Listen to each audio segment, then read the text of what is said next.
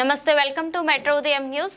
రంగారెడ్డి జిల్లా ఇబ్రహీంపట్నం నియోజకవర్గం అబ్దుల్లాపూర్ మెట్ మండలంలోని అనాజ్పూర్ గ్రామ రైతులకు పట్టా పాస్ పుస్తకాలు ఇవ్వాలని ఎంఆర్ఓ ఆఫీస్ ముందు సిపిఎం నాయకులు రైతులు. ఈ కార్యక్రమంలో సిపిఎం రంగారెడ్డి జిల్లా కార్యదర్శి పగడాల యాదయ్య, మండల కార్యదర్శి నరసింహ, మండల కమిటీ సభ్యులు ముత్యాలు, బాలరాజు, గుండె శివకుమార్, శ్రీనివాస్, రైతులు మహేష్, రవి, భిక్షపతి తదితరులు ఉన్నారు.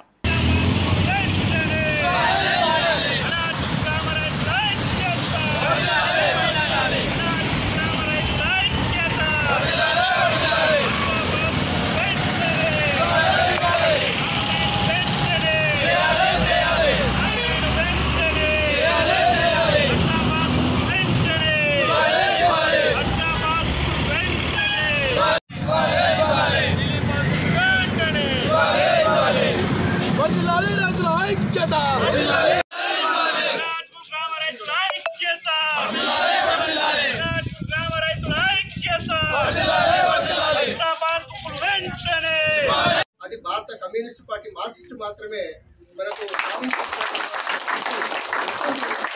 ఏ పార్టీ అయినా సరే మనం ఖచ్చితంగా ఆన్లైన్ లో మన పేర్లు ఉంటేనే చెడగొట్టాలి. అది మీరు ఏం చేస్తున్నా తెలియదు కానీ ఎవరైనా చెడగొట్టాలి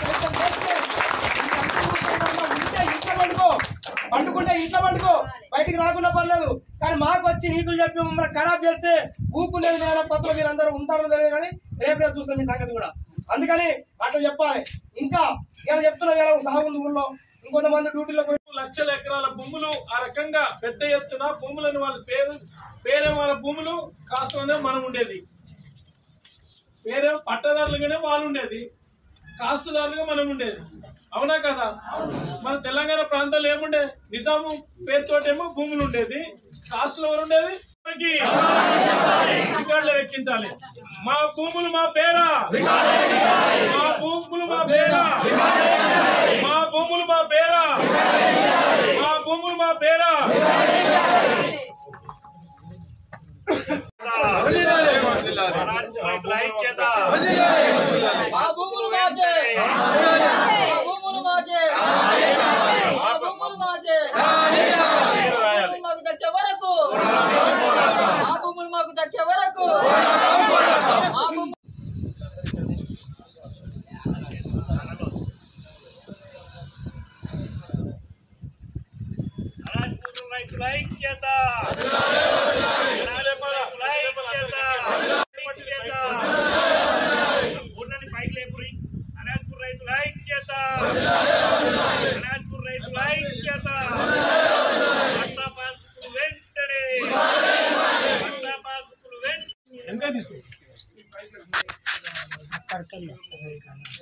హలో, మీరు ముందుకు వచ్చి ఫోటోలు తీస్తే ఎట్లా? వెనక జనం ఫోటోలు తీయండి.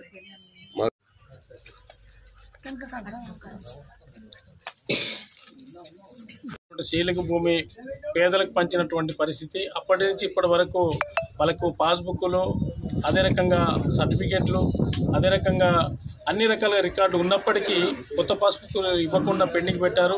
ఆ భూములు పాస్బుక్లకు ఇవ్వాలని చెప్పేసి పదే పదే పోరాటాలు నిర్వహిస్తా ఉన్నాం. ఏదేమైనా ప్రభుత్వం దిగొచ్చి పట్టదారు పాస్ పుస్తకాలు ఇచ్చేంత వరకు ఈ పోరాటం ఆగదనేటువంటి విషయాన్ని తెలియజేస్తా ఉన్నాం. భూమి కోసం అనేక సంవత్సరాల నుంచి పట్టా పాస్బుక్లు కావాలని ఆ గ్రామస్తులందరూ కూడా అధికారుల చుట్టూ తిరిగి వాళ్ళ కాళ్ళు అరిగిపోయిన పరిస్థితి ఉంది.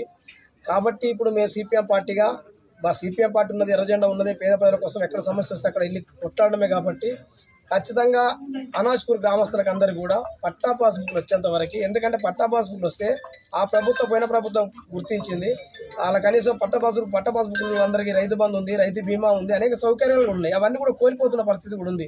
రెండు ఏంటంటే ఇక్కడ భూముల రేట్లు విపరీతంగా పెరిగిపోయినాయి.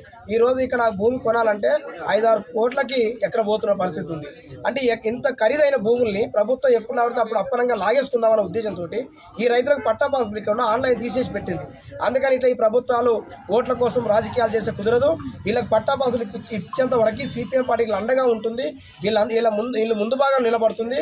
ఖచ్చితంగా పట్టా పాసులకి ఇచ్చేదాకా ముందుండి పోరాటం చేస్తామని చెప్పేసి సిపిఎం పార్టీకి చెప్తున్నారు.